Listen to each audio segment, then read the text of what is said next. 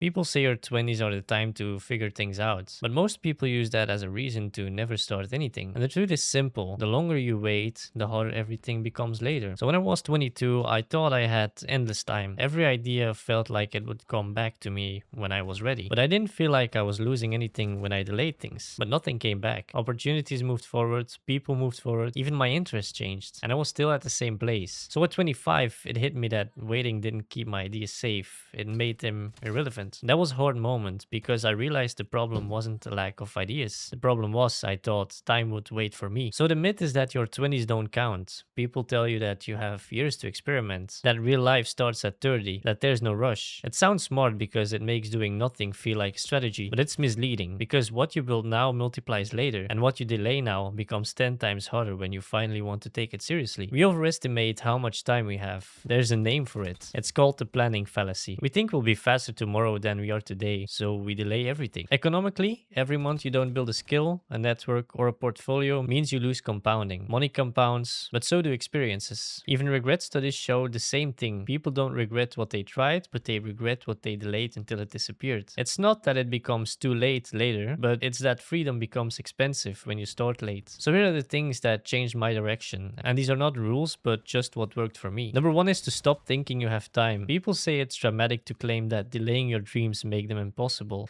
And yeah, it sounds dramatic, but here's the truth behind it. If I want to start a business at 22 and I wait 4 years, I don't just lose 4 years. I lose the compounding of those years. A friend of mine started posting content at 20. At 25, it looks natural for him. When I started, I felt like I had to compress 5 years into those small 6 months of planning content and making content. If you've ever had the feeling that someone passed you, it's usually because they started when it didn't make sense yet. A simple way to feel it is if you start learning video editing now, next year you're the person who edits. But if you start next year, you're the person who always wanted to edit. And that difference is actually huge in real life. Number two is to don't chase approval. People love to say keep your plan secret because everyone will judge you. That's not the full story. It's not that you can't talk about your goals. It's that you shouldn't expect support. When I started making videos or started posting content at whatever age, some friends said it was embarrassing. I got laughed at school. And later when things worked, the same people said it was smart. The work didn't change. The results changed their opinion. And there's a psychological thing. When you announce a goal, your brain gives you a small reward, like you already did it. It feels like progress even if nothing happens. So if you're waiting for people to believe in your idea before you start, you'll just wait forever. People believe in results and not plans. Number three is to treat your money right. And this is probably something that's very important, especially if you're in your early 20s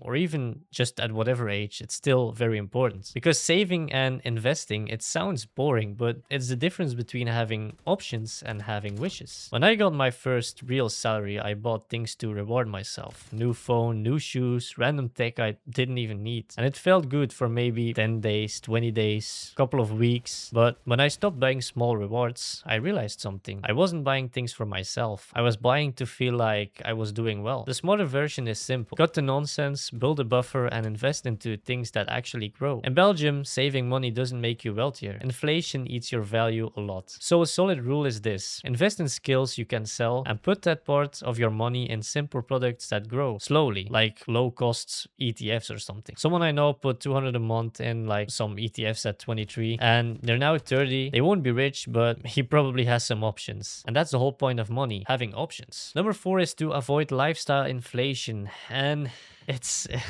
it honestly ruins a lot of people's budget, I'd say. So if you earn 300 more on your new paycheck and you add new subscriptions for something that add up to 280 euros, nothing actually changed. You feel like you're doing better because everything around you looks nicer, but your freedom is the same and your paycheck is also going to be the same then. I had a promotion and I instantly increased my fixed costs. So I got to eat more. I did more takeaway delivery. I just bought things that now fit my budget, but they actually didn't. And I wasn't happier then. I was just busier. So we all know someone who earns well, but says they can't afford basic things because every euro is already committed to looking successful and not being actually successful. Number five is to live below your ego. Most spendings in your 20s is signaling. The expensive outfits, the new phones, the cars. And it's not for you. It's for people who forget it tomorrow. When I bought flashy things, it gave me a short boost of confidence confidence, but it didn't change my life in any real way. When I spent the same money on learning or tools for my work, I saw the return in a few months. Status spending feels good today, assets feel good later, and later matters more. Number 6 is not something that is gonna be for everyone, but moving cities or countries is not a bad idea. It's not about geography, but it's about identity. A new place forces you to ask who you are without expectations from people who knew you as a teenager. I've seen some YouTubers and maybe even a couple of family members move from a big Belgian city to a cheaper one. So their rent dropped, the pressure dropped, and their space increased. And in that space, they started a project they always postponed. The environment changed their behavior more than motivation ever did and ever will. And not everyone can do this, like I said, but even changing to a different city shapes your habits. You've probably felt it. When you go back to your old hometown for a week, you act like the old version of yourself. That's how strong environment actually is. Number 7 is become distraction proof. We don't need fake stats like phone steal 20 years like you see on TikTok. The real numbers are bad enough, let me tell you. 4 hours of scrolling a day is around 60 days a year. So over a lifetime, that's 6 years. 6 full years of random content that you don't even remember for the next 1 or 2 minutes. So when I reduced my screen time, I didn't suddenly become like productive, but I had space to get bored.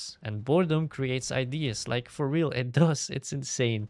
And if you've ever stared at your phone without enjoying anything, you know the feeling of losing time on purpose. Number 8 is stop consuming and start creating. Because watching videos about building something is not the same as actually building it. The first 10 things you make will be bad, but maybe the 11th will be less bad. When I uploaded my first content many years ago, my voice sounded strange, my editing was slow, but every time I created a new video, it became more natural. You don't find your style by thinking, but you find it by producing actual stuff. Passive learning feels productive, but active learning is the only way you build skills that actually matter. And I think I can say for myself, we all have a playlist called Learn Later or Watch Later, and we never open it again. But the things we try, we actually remember that. So one practical takeaway is tomorrow, pick one thing you've been postponing and do the smallest version of it. Not the perfect version, not the final plan, just the first step you can finish in, let's say, 1 hour. Send one email, record one video, apply for one job, learn one skill you delayed, and you know, that single hour is the difference between waiting for your life to start again and actually starting it. If this video was anything valuable to you, then drop a like, drop a sub, because I will be doing more of these videos, and this is all what my channel is about. Helping you, helping myself, and getting a voice out there. Thank you for watching, and don't forget, your 20s count more than you think.